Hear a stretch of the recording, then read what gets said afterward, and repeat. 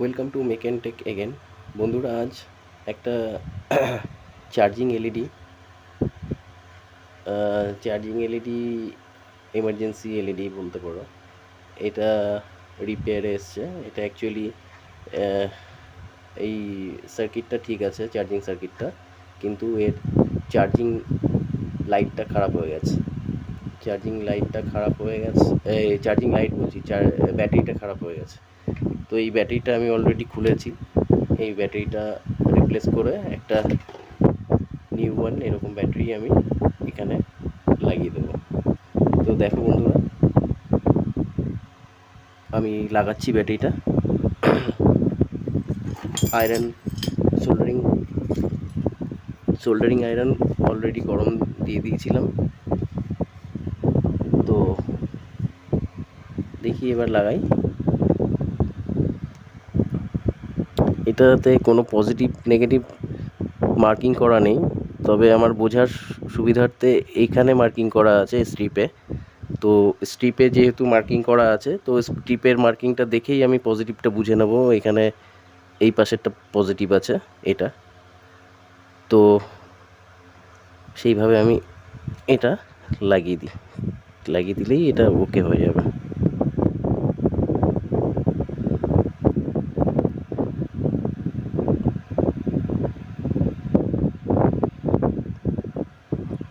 Battery টার্মিনালগুলোতে একটু solder ধরিয়ে নিচ্ছি, নইলে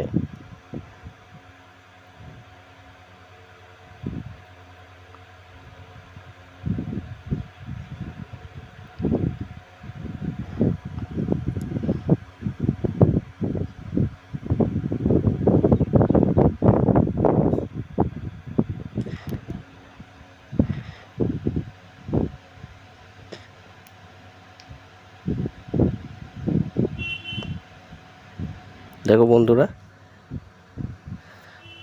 ব্যাটারিটা লাগিয়ে দেওয়ার সাথে সাথেই কিন্তু লাইটটা জ্বলে উঠেছে। এখানে এখানে পুশ বাটন দিয়ে সুইচ আছে,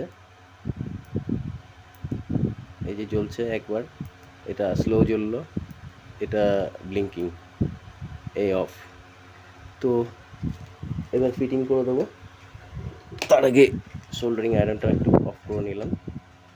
ফিটিং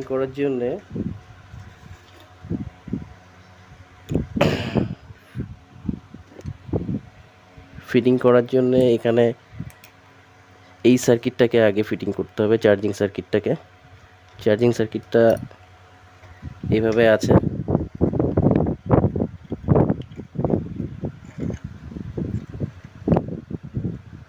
একটু তারগুলো একটু ছোট দেওয়া আছে, যার কারণে একটু অসুবিধা হচ্ছে, কিন্তু খুব একটা প্রবলেম হবে না, লাগিয়ে দেওয়া যাবে।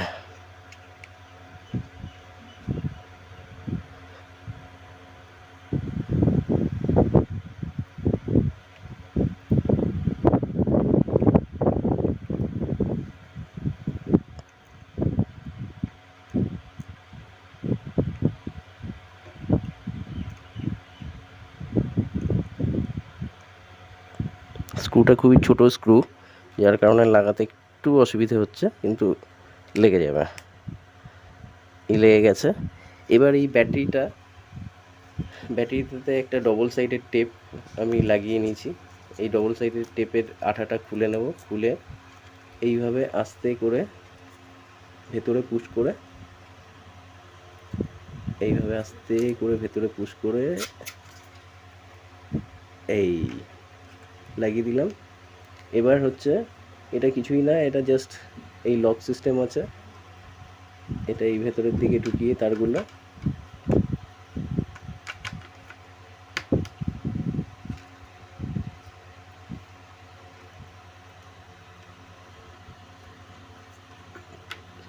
এই ভেতরের দিকে ঢুকিয়ে দিয়ে এরকম পুশ করে দিলেই এটা কিন্তু হয়ে গেল।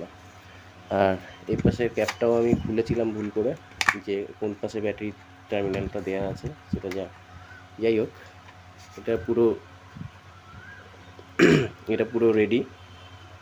দেখো তোমরা বন্ধুরা, তো এই ধরনের লাইটগুলো যদি খারাপ হয়ে যায়, মাত্র 50 টাকাতে তোমরা কিন্তু সারিয়ে নিতে পারবে। 50 টাকা এই লিথিয়াম ব্যাটারিগুলো মার্কেটে অ্যাভেলেবেল আছে, 50 থেকে 60 টাকার মধ্যে। খুব সুন্দর। কেমন লাগলো বন্ধুরা, কমেন্ট করো।